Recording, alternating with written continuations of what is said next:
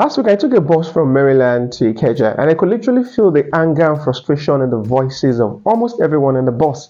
People were complaining about almost everything in the economy. Almost with the para, there's hunger and anger in the land, and the frustration is very, very palpable on the streets of Lagos to Abuja to Port Harcourt to Ibadan to everywhere across the country. People are complaining about the economic situation. With the para. And the obvious is that the fact that people are struggling, the economy is not in good shape, prices are going far above the roof, bills are mounting, children are returning to school, everybody is literally tired. You go better. But in the midst of all of these uncertainties, there are ways you can manage your income and expenditure and reduce financial stress and anxiety, even in this BalaBlu economy. In this short video, we'll try to look at those strategies and how best you can adapt them into your daily life. My name is Oladinde, and this is Economy 360. Now let's do business. The first strategy that I'm going to talk about is that you have to prioritize your spending and expenditure in these trying times. The priority should be given to basics of life. What are the basics? Food, shelter, healthcare, transport, and the medicals, and of course school fees and other domestic bills. Those are basic things that you need for your daily survival. Other things can come later, but these things are basic and they should be given the priority that they deserve.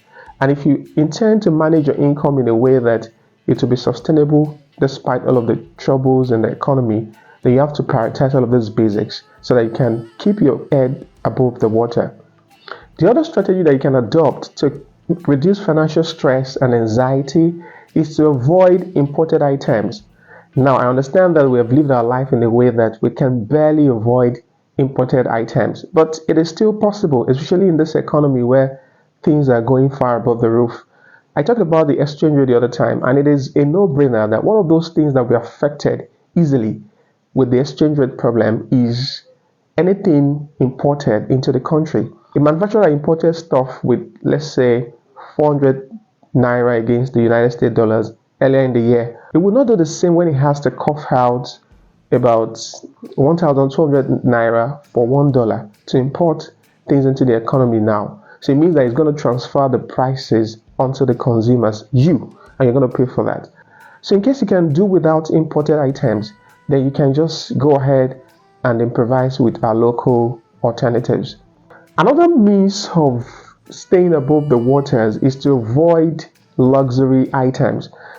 I understand that we have to wear designer shoes, designer bags, designer shirts, and all of that, but those things can wait, especially in these trying times.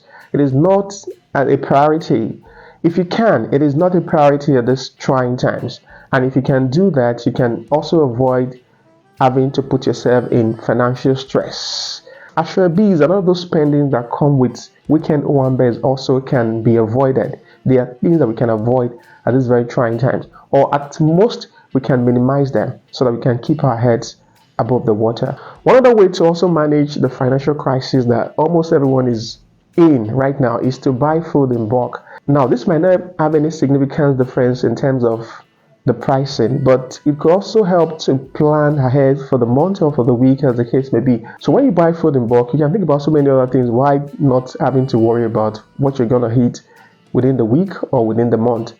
And interestingly also, for some that care about minor details, you can also save one or two few bucks by buying food in bulk. Maybe not so significant, but then in this BalaBlu economy, even 100 naira Namonio, right? Another way to keep your head above waters in this economy is to avoid debt, Ponzi scheme, and all those shark loans that actually can drain the energy out of you. Debt can be frustrating to pay back in these very trying times. Of course, shark loans are everywhere now, trying to give you, they will tell you they want to give you money, or they want to give you loans to do business. It can be very, very tempting, but in the context of the economy that we are operating in, it is advisable to avoid them. Ponzi schemes are everywhere because people are struggling to just get by. But then, if you can, avoid them. Very important to keep yourself in good financial position so that you can weather the storm of this economy.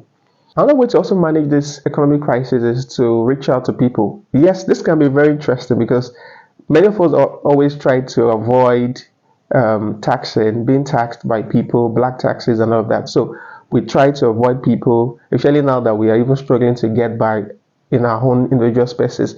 But interestingly, this is the best time that you can need support from people, and you get support from even very unlikely quarters in this time. When you reach out to people, you can also get support, maybe financial. It could also even be moral or even emotional support. We all need that in this BalaBlu economy, right? One of the interesting ways to also manage financial stress in this economy is to improvise where necessary. I understand this can be very tricky.